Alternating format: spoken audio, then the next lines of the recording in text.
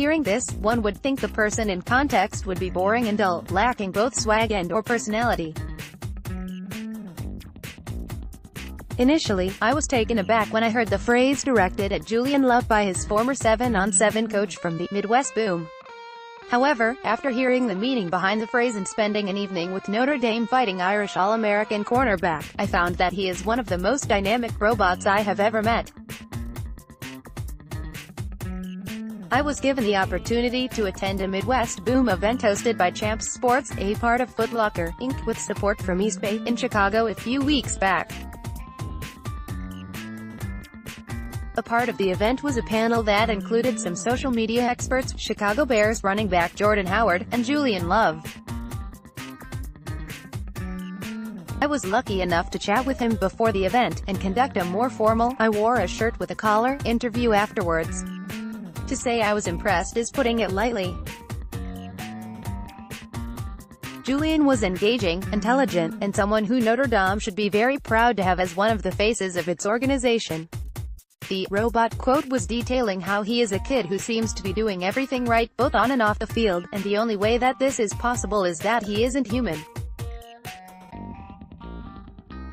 The coaches and former players all laughed at the robot jab, which showed me that everyone who has been in contact with him knows the type of character he embodies.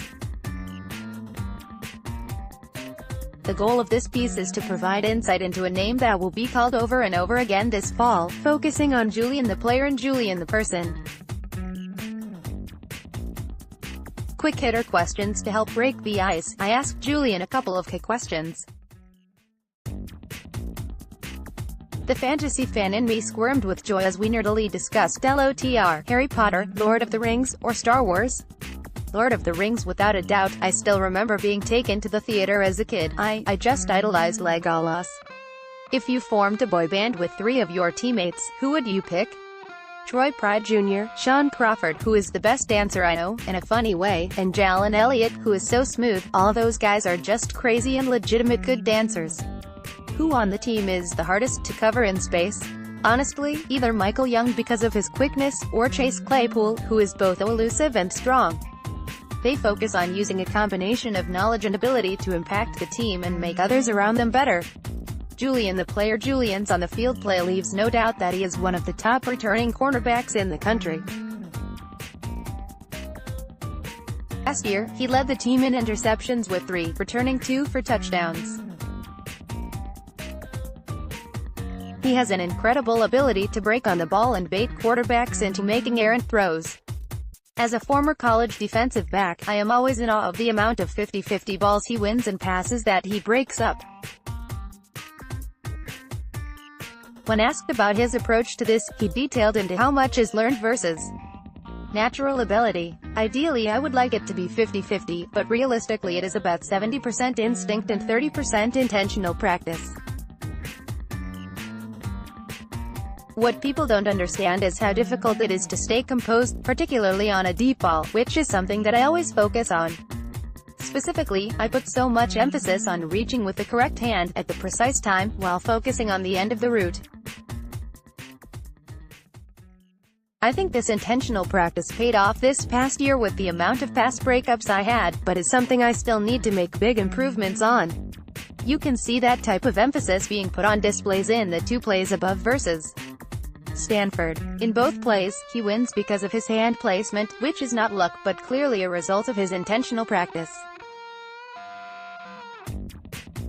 As a side note, my dad is a current freshman high school defensive backs coach, shout out Fenwick High School in Oak Park, and he uses this highlight tape to teach hand and eye placement when covering receivers.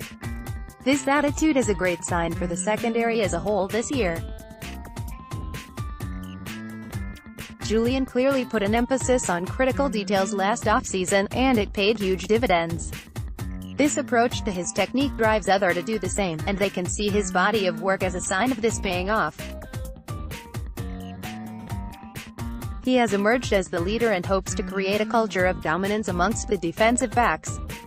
Notre Dame is incredibly lucky to have a playmaker as the boundary side corner.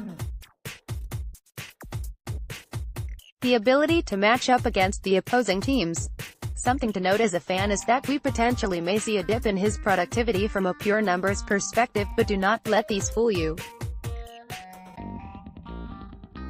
If a boundary corner does their job perfectly, quarterbacks will be forced to look the other way, thus reducing the opportunities to make plays. Teams will game plan around him this year, potentially giving him fewer opportunities, but he will still step up in critical moments as the leader in the secondary. Julian. The person I was able to briefly talk with Julian's dad prior to the event, and really cool to see just how proud he was of his son.